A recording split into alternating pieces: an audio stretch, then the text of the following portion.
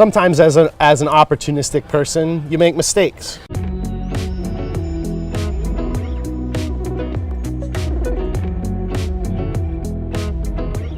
I was attending an auction and nobody else was bidding, and I was pretty sure I had the right property, and usually when nobody else bids you get nervous, but my main competitor threw a dollar bid in there too, I think, and I threw a dollar above him and made me feel a little bit more secure, but he was also kind of, squirrely, so I was like, what's up his sleeve and all this stuff, doubting my decision. I got it for a very low dollar point, didn't make a whole lot of sense to me. I look up the property, and the property was not on Central in Phoenix. It was on Central in Buckeye. So Main Street in Buckeye. Main Street or Central in Buckeye. So Something. I don't know. It was not the property I intended to purchase.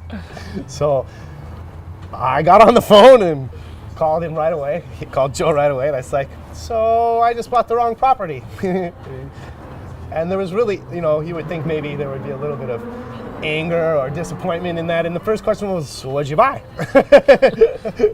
Because that's the way we looked at things. Yes, that was a mistake, but it was also potentially an opportunity either for us to learn something new or at that point in time to, profit on the asset.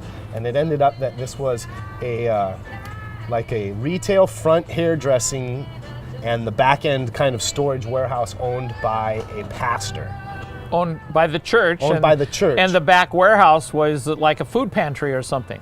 So when we get there and knock on the door and do a little bit of digging, in essence, the church is using this space, wasn't necessarily the owner who lost it. There are risks in buying, in being opportunistic. So what did we learn?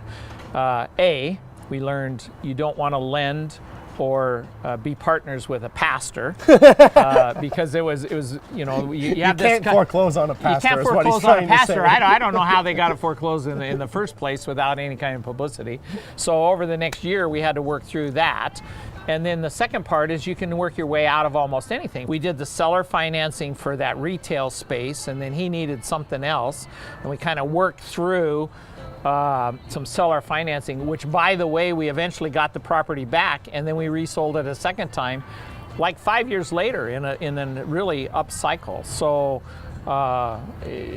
we just learned an awful lot of things through that. It can be worked through. Hyperinflation helps alleviate mistakes. We've talked about that at different times. Yeah, hyperinflation really helps. So we just didn't leverage it, and learned what we could from reading our sheet and not buying the wrong property, and learned not to. I think that's the only time we bought the wrong property. In a few thousand properties. It's the only time in multiple states. In multiple states, yeah. I think that's the only time I came away going, oh my God, I bought the wrong thing. So the other thing that we learned is really how to track the right properties in that particular business. So that still leads us to opportunity now is tracking properties. I don't track them near like we used to, but tracking some properties still leads us to opportunity. Right. So being an opportunist doesn't always work, but sometimes you got to work through it and you learn something.